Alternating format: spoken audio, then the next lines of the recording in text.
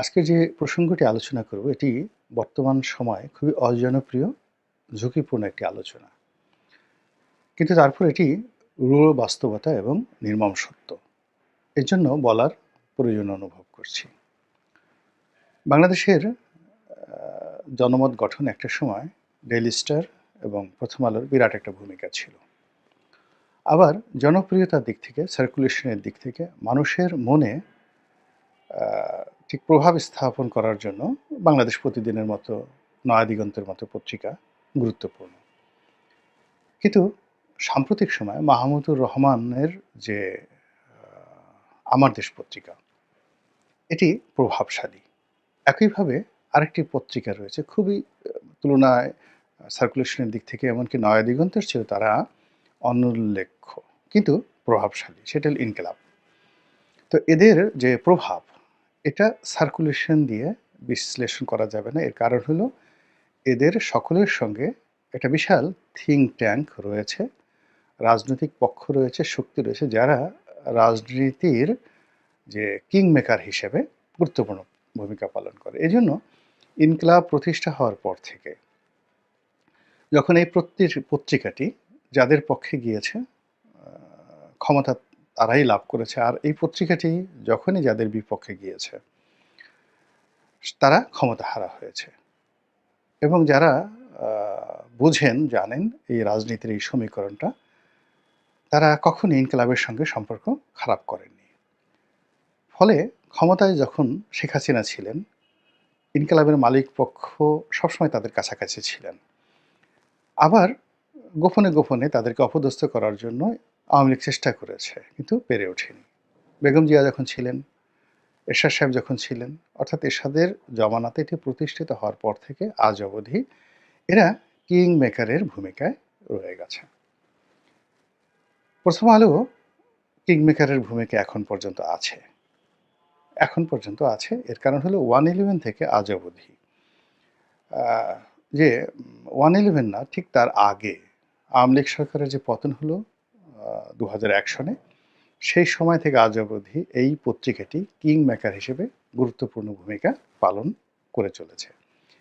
কিন্তু সাম্প্রতিক সময় তারা সত্যিকার অর্থে অস্তিত্ব সংকটে পড়েছে বিভিন্ন কারণে।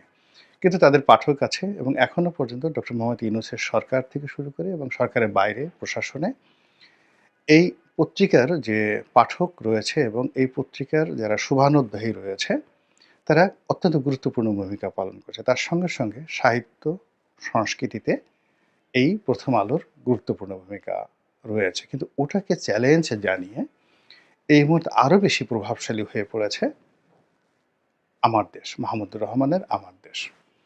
এখন আমার দেশের সার্কুলেশন কত? আই ডোন্ট নো, মেবি নয়াদিগন্তর কম, কিন্তু এটা ইনকিলাবের মতোই প্রভাবশালী হয়ে পড়েছে। এর কারণ হলো এখন যে রাজনীতির মেরুকরণগুলো চলছে এই মুহূর্তে বাংলাদেশে, অর্থাৎ ইসলামাইজেশন, তারপরে তৌহিদি জনতা, হেফাজত, খেলাফত, জামাত এবং এই যে উপদেষ্টা সরকার, তার সঙ্গে সঙ্গে দেশের বাইরে কনক সরোয়ার, পিনাকির মতো যারা ইউটিউবার রয়েছেন, তাদের সকলের কাছে ফাদার অব দ্য নেশন এখন এই মুহূর্তে জনাব মাহমুদুর রহমান। আর তার সঙ্গে semi father of the nation দ্বিতীয় কর্তা ব্যক্তি, তিনি হলেন জনাব ফরহাদ মাজাহার। তো এই দুজনের মধ্যে, অর্থাৎ ফরহাদ মাজাহার এবং মাহমুদুর রহমান, এই দুজনের মধ্যে রয়েছে বিশ্বস্ত ঘনিষ্ঠ বন্ধুত্ব, একে অপরের প্রতি নির্ভরতা এবং মানে যাকে বলা হয় একেবারে ট্রাস্ট অর দি ফ্রেন্ডশিপ। এটা হলো বাস্তবতা। এখন তারা ভুল করছেন না ন্যায় করছেন, তারা পরাজিত হবেন না ব্যর্থ হবেন, এটাই সময়ের ব্যাপার। কিন্তু বাস্তবতা হলো এখন এই আমার দেশ এবং তার সঙ্গে যারা সম্পৃক্ত রয়েছেন, থিঙ্ক ট্যাঙ্ক, কর্মী, সমর্থক, রাজনীতিবিদ, তারা প্রথম আলো এবং ইনকিলাবের চাইতেও এই মুহূর্তে ক্ষমতার পালাবদলে বা কিং মেকিংয়ে অ্যাট দিস মোমেন্ট পাওয়ারফুল। এখন সেই পত্রিকাতে একেবারে ব্যানার হেডলাইনে বিএনপি এবং জামাত, এই দুটো রাজনৈতিক দলকে পরস্পরের প্রতিদ্বন্দ্বী রূপে বা পরস্পরের সম্পূরক রূপে বা পরিপূরক রূপে, প্রতিদ্বন্দ্বী, সম্পূরক, পরিপূরক রূপে প্রদর্শন করা হয়েছে। এরকম সামাজিক মাধ্যমে এই ব্যানার হেডলাইন সম্বলিত আমার দেশের একটি রিপোর্ট নিয়ে খুব তর্ক এবং বিতর্ক হচ্ছে। আমি যেহেতু দীর্ঘদিন ধরে সাংবাদিকতার সঙ্গে জড়িত, সেই 1986 থেকে ইনকিলাব বলেন, তারপরে এই প্রথম আলোর যে প্যারেন্ট কোম্পানি, মাদার কোম্পানি, যেখান থেকে প্রথম আলো তৈরি হয়েছে, সেই আজকের কাগজ। তো আজকের কাগজের আমি সম্পাদক মণ্ডলী, মানে একটা পৃষ্ঠার সম্পাদক ছিলাম, একেবারে ফাউন্ডার। তো যার জন্য ডেলি স্টার যখন এস এম আলীর আন্ডারে বের হলো, তখন সবেমাত্র মাহফুজ আনাম সাহেব যোগদান করেছেন। তো সেই সময় থেকে আমি কিছুদিন ডেলি স্টারও কাজকর্ম করেছি। তো এই বিষয়গুলো আমার সংবাদপত্রের অনেকগুলো বিষয় দেখার সুযোগ হয়েছে যে এদের সঙ্গে প্রেসিডেন্টের, প্রধানমন্ত্রীর, গোয়েন্দা সংস্থার, বিদেশি গোয়েন্দা সংস্থার কী ধরনের সম্পর্ক থাকে, ফাইন্যান্স কোত্থেকে আসে, কিভাবে কি হয়, সেই জিনিসগুলো যতটুকু আমি বোঝার চেষ্টা করেছি। তার সঙ্গে এখন এই জমানাতে এসে কর্পোরেট কালচার যুক্ত হয়েছে, যেমন যুগান্তর বা বসুন্ধরা গ্রুপের পত্রিকা। তো এগুলোর সঙ্গে কর্পোরেট কালচার যুক্ত হয়েছে, কিন্তু বেসিক এবং ফান্ডামেন্টাল যে চরিত্র পত্রিকাগুলো, সেগুলো আগের মতোই রয়ে গেছে। তো যা বলছিলাম যে বিএনপির জন্য এই মুহূর্তেটি খুবই অবমাননাকর, কষ্টকর যে জামাতের মতো একটি দল, বিএনপি যেটাকে মনস্তাত্ত্বিকভাবে মনে করে তাদের একটা বাই প্রোডাক্ট, তাদের আশ্রিত, যে সমস্যাটা ভারতের সঙ্গে আওয়ামী লীগের হয়েছিল। আওয়ামী লীগ মনে করতে ভারতকে দিয়েছি, আর ভারত মনে করতে আমরা আওয়ামী লীগকে বাঁচিয়ে রেখেছি। তো এরকম এর সাথে ভয়াবহ মনস্তাত্ত্বিক অবস্থা কিন্তু জামাতের সঙ্গে বিএনপির যারা লোকজন, তারা মনে করেন যে আমরা না থাকলে বা আমরা প্রিভিলেজ না দিলে, আমরা অস্তিত্ব না দিলে জামাত বাংলাদেশের মাটিতে ফিনিশ হয়ে যেত। জামাত মনে করে যে আমরা যে জনমতটা ধারণ করি, সেই জনমতটা যদি বিএনপির সাথে যুক্ত না হতো, জিয়াউর রহমানের যে রাজনৈতিক যে তার যে কর্তৃত্ব এবং কীর্তিত্ব, এটাই প্রতিষ্ঠিত হতো না। অর্থাৎ মুসলিম লীগ তখন অ্যাবান্ডেন্ট, জামাত একটা অর্গানাইজড ফোর্স হিসাবে তারা মনে করে তারাই জিয়াউর রহমানকে উল্টো সহযোগিতা করেছেন, আর বিএনপি মনে করে যে জামাতকে রিভাইভ করানো এবং তাদেরকে লালন পালন করা, আজকের এই অবস্থা আনার জন্য তারা দায়ী। তো এই মনস্তাত্ত্বিক অবস্থায় এই গত 2018-17 সন থেকেই তাদের মধ্যে একটা দূরত্ব ক্রমশ বাড়ছে। 18 সনের নির্বাচনে সেটা সুপ্ত ছিল, নির্বাচনের পর থেকে বিরোধ হতে হতে আজকের জায়গাতে রীতিমতো দাগ কুমড়া পর্যায়ে পৌঁছে গেছে। এখন যদি জনপ্রিয়তার কথা ধরেন, সেক্ষেত্রে বিএনপির কাছে এই দলটি কোনো পাত্তাই পাবে না। অর্থাৎ বিএনপি যদি 35% ঠিক আওয়ামী লীগের সমপর্যায়ের জনপ্রিয় হয়, সেখানে জামাতের 2%, 3% আর সর্ববড় জোর 4% ভোটার আছে, যেটি দিয়ে একটা একক সিটে জয়লাভ করে আসার মতো সম্ভাবই না। 2-3টা সিট আছে বাংলাদেশে যেখানে জামাত একেবারে নিরপেক্ষ নির্বাচন হলে, যাকে বলা হয়, সেখান থেকে পাশ করে আসবে। কিন্তু যদি মাসেল শক্তি ব্যবহার করা হয়, যেমন ধরুন হামিদুর রহমান আজাদের একটা সিট আছে, সাতকানিয়াতে একটা সিট আছে, সাতক্ষীরাতে একটা সিট আছে। কিন্তু এই সিটগুলো যদি ফেয়ার ইলেকশন করা হয়, এরকম 3 থেকে 4, ও চাঁপাইনবাবগঞ্জে একটা সিট আছে, তো এরকম 3-4টি সিটে তারা যদি একেবারে 100% ফ্রি ফেয়ার ইলেকশন হয়, জামাত পাশ করে আসতে পারবে। কিন্তু যদি সন্ত্রাস হয়, তাহলে স্থানীয়ভাবে বিএনপির সঙ্গে সন্ত্রাস করে ফাইট করে সেখানে জামাত টিকতে পারবে না, কোনো অবস্থাতেই টিকতে পারবে না। তো এই বাস্তবতার যেটা বিরুদ্ধে জামাত এই মুহূর্তে যেটি করছে, সেটি হলো ইন্টেলেকচুয়াল, বিএনপির যে ইন্টেলেকচুয়াল যে জায়গাগুলো আছে সেটা তারা অকুপাই করে নিয়ে গেছে। যেমন মাহমুদুর রহমান সাহেব, তিনি বিএনপির জমানাতে তিনি জ্বালানি উপদেষ্টা ছিলেন। তো যাদের বুদ্ধিশুদ্ধি বেশি থাকে, তাদের জিদ বেশি থাকে, আত্মমর্যাদা বেশি থাকে, নাকুচু থাকে, আমরা অনেকে তাদেরকে বেয়াদব বলি, এবং তাদের সঙ্গে আমরা দলের যারা সারাদিন জিহুজুর করে, পদপদবী লোভী, তাদের মিলাতে চাই। তো ফলে কি হলো, মাহমুদুর রহমান সাহেব ওই সময়টাতে বেগম খালেদা জিয়ার খুব স্নেহভাজন ছিলেন, কিন্তু অবস্থার দৃষ্টে যেমন জনাব এখন তারেক রহমান সাহেব আছেন, তিনি সঙ্গত কারণে আশা করবেন যে সালাউদ্দিন সাহেব তার সঙ্গে যে ব্যবহার করেন, তারপর মির্জা ফখরুল সাহেব যে ব্যবহার করেন, রিজভী সাহেব সে ব্যবহার করেন, তো সেই অর্থে মাহমুদুর রহমান এমন কি হয়ে গেছেন।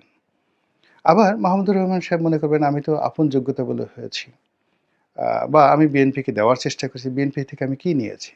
আমার কোনো অ্যাসেট বা আমার সম্পত্তি, টাকা-পয়সা, দুটো পয়সা থেকে আমি বেনিফিট নিইনি। বরং আমি ৳১০,০০,০০০ চাকরি বেক্সিমকো থেকে করতাম। সেই চাকরি ছেড়ে দিয়ে আমি ৳৫০,০০০ দামের চাকরি করেছি। ওই জমানাতে একজন উপদেষ্টা হিসেবে সর্বোচ্চ ৳৫০,০০০ আমি পেয়েছি। আমার নাম হয়েছে উপদেষ্টা, কিন্তু আমি তো জেল খাটা থেকে শুরু করে আমার জীবনের সবকিছু এই বিএনপির সাথে সম্পৃক্ত হওয়ার জন্য আমার হয়েছে। নচেত আমার তো কিছুই হতো না। আমি রাজার হালে এখন সিইও হিসেবে যেকোনো একটা কোম্পানির মালিক হতাম, বা আমার সে নিজেও একটা ব্যবসা প্রতিষ্ঠান দিয়েছিল, আ সেই সিরামিক কোম্পানি। সেটা বিশাল একটা এখন বাংলাদেশের ১ নম্বর সিরামিক কোম্পানি। তাকে বলা হয় বাংলাদেশের সিরামিক ইন্ডাস্ট্রির ফাদার। তো সেই সিরামিক ইন্ডাস্ট্রির ফাদার হিসেবে তিনি আ মুন্ডু সিরামিক প্রতিষ্ঠা করেছেন। তারপরে শাইনপুকুর সিরামিক প্রতিষ্ঠা করেছেন। তারপরে নিজের সিরামিক কোম্পানি প্রতিষ্ঠা করেছেন। যেটি ভালো হওয়ার কথা, যেটা বিএনপি করার কারণে তিনি সেই ব্যবসা করতে পারেননি। তারপরে তো আরো অনেক ঘটনা রয়েছে। তো সেই ক্ষেত্রে তিনি কাউন্টার প্রশ্ন করতে পারেন যে বিএনপি আমাকে কি দিয়েছে? বিএনপি আমাকে কি দিয়েছে? আর বিএনপি চিন্তা করে যে আমি ওই যে আপনাকে যে উপদেষ্টা বানিয়েছিলাম, এর চেয়ে আর কি আছে? আপনার তো সারা জীবন এর প্রতি কৃতজ্ঞ থাকা উচিত। এই যে মনস্তাত্ত্বিক যে অবস্থাটি, এই একই অবস্থা আসিফ নজরুলের ক্ষেত্রে প্রযোজ্য। এই একই অবস্থা নুরুল কবির সাহেবের ক্ষেত্রে প্রযোজ্য। একই অবস্থা আ ফরহাদ মাজহার সাহেবের ক্ষেত্রে প্রযোজ্য। এর কারণ হলো এই মানুষগুলো কখনো দলের মানে পদ-পদবি হল করেনি, দলের বৃত্তের মধ্যে তারা অংশগ্রহণ করেনি। বৃত্ত মানে টাকা-পয়সা লেনদেনের মধ্যে এরা কখনোই ছিল না। কিন্তু জাতীয়তাবাদী আদর্শকে লালন না করেও জাতীয়তাবাদীর পক্ষে যে শক্ত ভূমিকা নিয়েছেন, আমি এই কজনের নাম বললাম, আরো অনেকেই আছেন যারা এই জাতীয়তাবাদী, বাংলাদেশী জাতীয়তাবাদীর যে ধারণা, এই ধারণাটাকে যারা আপহোল্ড করে রেখেছিলেন দীর্ঘদিন ধরে বেগম জিয়ার জমানাতে। তো এনাদের অনেকেই ঢাকা বিশ্ববিদ্যালয়ের প্রফেসর এমাজউদ্দিন সাহেব থেকে শুরু করে আরো অনেকেই, জাহাঙ্গীর ইউনিভার্সিটির আব্দুল লতিফ মাসুম সাহেব থেকে শুরু করে আরো অনেকেই, তারা এই নিজের অজান্তে বিএনপির এই ইন্টেলেকচুয়াল লেভেলটাকে তারা আপহোল্ড করতেন। কিন্তু বিএনপির যে নেতৃত্ব কখনোই এই যে ইন্টেলেকচুয়াল লেভেলটিকে ওন করতে পারেননি। ডিজনও করেননি, ওন করতে পারেননি, এবং ক্ষেত্র বিশেষে তুচ্ছ-তাচ্ছিল্য করে বা অন্য দলীয় যারা লেজুর ভিত্তিক লোক রয়েছে তাদের সঙ্গে এদেরকে একত্রে মিলিয়ে ফেলেছে। যেমন ধরুন এখন জুনায়েদ সাকি, তারপর আ ভিপি নুরু, কিংবা ধরুন ভিপি নুরুর যে কাউন্টার আরেকটা গ্রুপ রয়েছে, আ তারেক তারেক সাহেব, সবাই তাকে তারেক হিসেবে জানেন, উনি আছেন। তারপরে ববি হাজ্জাজ আছেন। এই তরুণ গ্রুপটির সঙ্গে জনাব তারেক রহমান সাহেবের একটা খুব ঘনিষ্ঠ বন্ধুত্ব। একেবারে দহরম-মহরম সম্পর্ক। তো এই গ্রুপ, আপনি যদি তাদেরকে ইন্টেলেকচুয়াল হিসেবে, পলিটিক্যাল অ্যালাই হিসেবে আপনি তাদেরকে মাথায় করে রাখেন।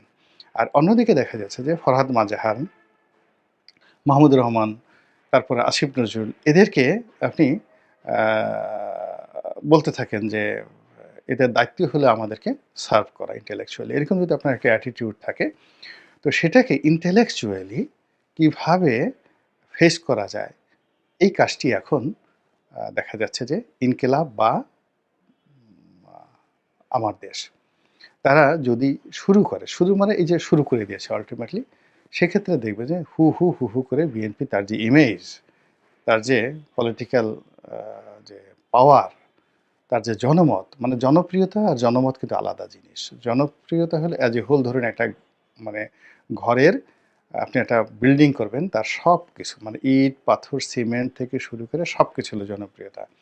আর জনমত হলো ওই যে পিলারগুলো, মানে ওই ঘরের একটা পিলার। তো জনমত আরেকটা জিনিস। তো জনমত, এই যে প্রথম আলোর কথা বললাম, আমাদের সময়ের কথা মানে আমার দেশের কথা বললাম, বা ইনকিলাবের কথা বললাম। এরা একটা রাজনৈতিক দলের জনমত তৈরি করে আগে। জনমত তৈরি করে এরপরে এরকম একটা পরিবেশ পরিস্থিতি তৈরি করে, সেই পরিস্থিতিতে কিং বা কুইন অটোমেটিক তৈরি হয়ে যায়।